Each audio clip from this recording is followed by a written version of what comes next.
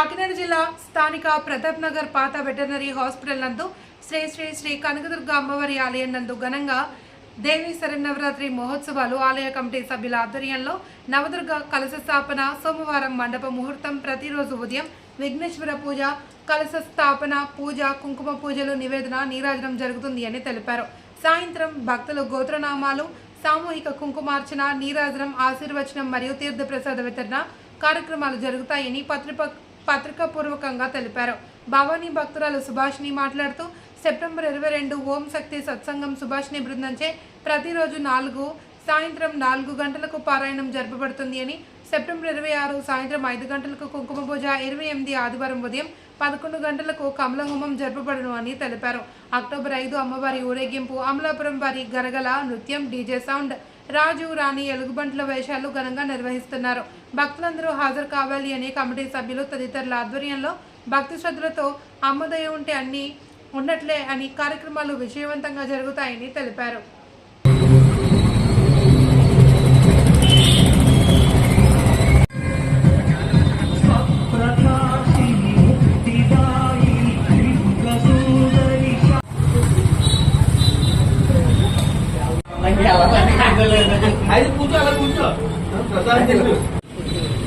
ఓం శక్తి మనకి ఇక్కడ ప్రతాప్ నగర్ రోడ్లో వెలిసినటువంటి శ్రీ కనకదుర్గమ్మ వారి ఆలయం నందు 22వ తారీఖు నుంచి మనకి శ్రీదేవి నవరాత్రి మహోత్సవాలు వైభవంగా జరుగుతున్నాయమ్మా.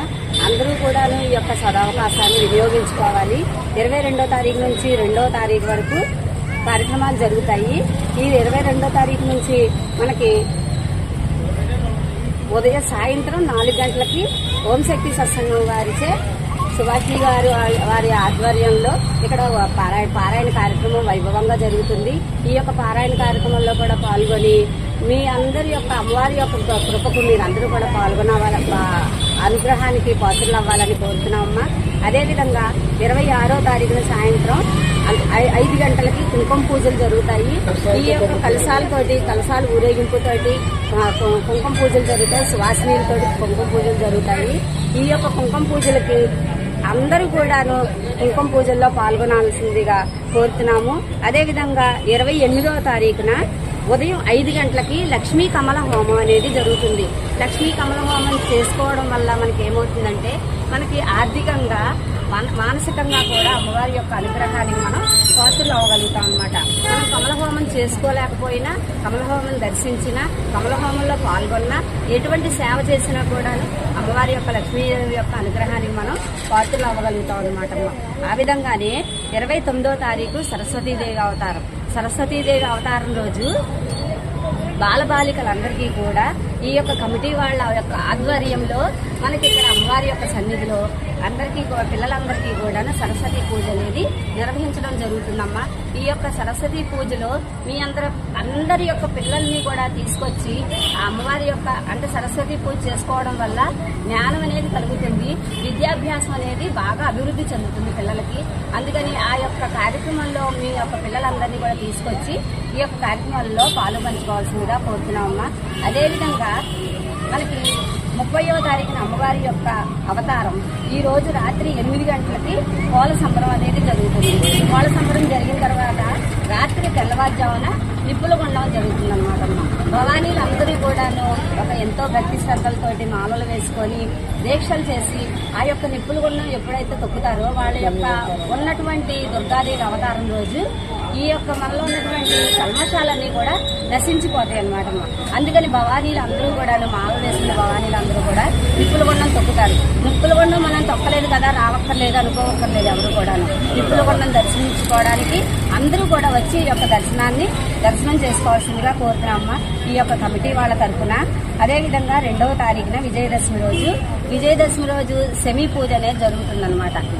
శమీయతే పాపం శమీ శత్రు వినాశిని అర్జునస్య ధనుర్ధారి రామస్య ప్రియదర్శిని అన్నటువంటి మంత్రాన్ని చదువుతూ మన యొక్క జమ్మి చెట్టు దర్శనం ఎవరైతే చేసుకుంటారో వాళ్ళకి విజయం అనేది సాధిస్తుంది అనమాట. వాళ్ళ విజయం అనేది వరిస్తుంది వాళ్ళందరికీ కూడాను. అందుకని ఈ యొక్క జమ్మి చెట్టు చేయడానికి పాండవులు కూడాను ఈ యొక్క జమ్మి చెట్టు మీద వాళ్ళ యొక్క అస్త్రాలని ఉంచి ఆ అమ్మవారి యొక్క దీక్ష చేసి వాళ్ళందరూ కూడాను ఈ అస్త్రాలన్నీ కూడాను జమ్మి చెట్టు మీద పెట్టుకొని జమ్మి చెట్టును వాళ్ళు ఆరాధిస్తారన్నమాట అమ్మ. అందుకని వాళ్ళ యొక్క వనవాసం అనేది దిగ్విజయంగా జరుగుతుంది. అందుకని మన యొక్క విజయాన్ని మనం చేయాలి అంటే కనుక మనకు విజయం సాధించాలి అంటే జమ్మి చెట్టు యొక్క పూజ, జమ్మి చెట్టు యొక్క దర్శనం, జమ్మి చెట్టు యొక్క ప్రదక్షిణ చాలా విశేషమైనది. అది 8వ తారీఖు 2వ తారీఖు అన్నమాటమ్మా. అదే విధంగా సాయంత్రం అమ్మవారికి సహస్ర దీపాలంకరణ సేవ అనేది మనకు జరుగుతుంది. ఇక్కడ ఈ సహస్ర దీపాలంకరణ సేవలో ఒక్క జ్యోతి వెలిగించుకున్నా కూడా మన జన్మ చరితార్థం అవుతుంది. అందరూ కూడాను వచ్చి ఒక జ్యోతిని వెలిగించుకొని ఆ అమ్మవారి యొక్క సేవ చేసుకొని అమ్మవారి యొక్క కృపకు పాత్రలు అవుతారని కోరుతున్నామమ్మా. అదేవిధంగా 5వ తారీఖు అమ్మవారి యొక్క మహా ఊరేగింపు జరుగుతుంది. ఊరేగింపు అయిన తర్వాత అన్నదానం జరుగుతుందమ్మా. ఈ యొక్క కార్యక్రమాల్లో ప్రతి ఒక్కళ్ళు కూడా పాల్గొని అమ్మవారి యొక్క కృపకు పాత్రలు అవుతాయి, అమ్మవారి యొక్క అనుగ్రహానికి పాత్రలు అవుతారని మేము కమిటీ తరఫున మేమందరం కూడా ప్రార్థిస్తున్నాము. మరీ విన్నవిస్తున్నాము. భక్తులందరికీ కూడా మరీ విన్నవిస్తున్నాము. అందరూ వచ్చి అమ్మవారి యొక్క దర్శనం చేసుకొని కార్యక్రమాల్లో పాల్గొనవలసిందిగా మేము ప్రార్థిస్తున్నాము. ఓం శక్తి. ఈ రోజు అవతారం బాలా త్రిపుర సుందరి అవతారం అమ్మ. ఈ యొక్క బాలా త్రిపుర సుందరి అంటే దీంట్లో బాలా త్రిపుర సుందరి అవతారాన్ని దర్శించుకొని అమ్మ బాలగా మనందరినీ కూడా ఆనందంగా ఆహ్లాదంగా మనందరినీ కూడా అనుగ్రహిస్తుంది. ఈ యొక్క దర్శనం చేసుకున్నటువంటి వాళ్ళందరికీ కూడా మనసు చాలా ఆహ్లాదంగా ఉంటుంది. ఓం శక్తి. ఓం శక్తి. జై భవాని. జై భవాని. జై భవాని.